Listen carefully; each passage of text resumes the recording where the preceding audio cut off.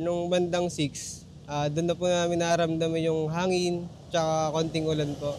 Then bandang 9 na po, 9 to 10 hanggang magmadaling araw po. Ito po, ganda na po nangyari, sobrang lakas na po. Halos lahat po ng mga puno nagsitumbahan na po. At yun po, paglabas po namin kanina, ganda na po natnan namin, sobrang sirang-siraan na po talaga. At ayun po, kitang-kita rin po dito sa harap, nasira rin po talaga yung poste po ng kuryente. At di ko po alam, baka sa susunod na araw pa po bumalik ang kuryente dito sa amin.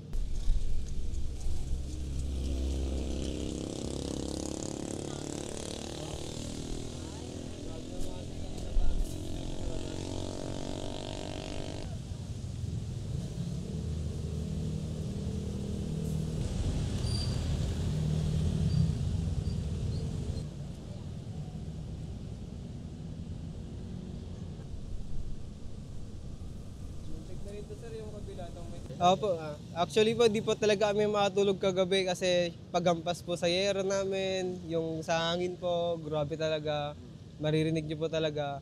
At yung mga nagsisulugan po ng mga puno.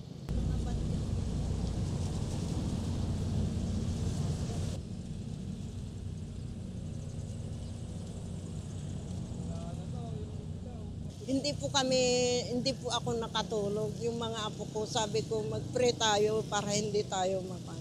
Nakaupo lang ako, nag-pray sa Panginoon. Hindi ako nakatulog nung kasagsagan ng bagyo.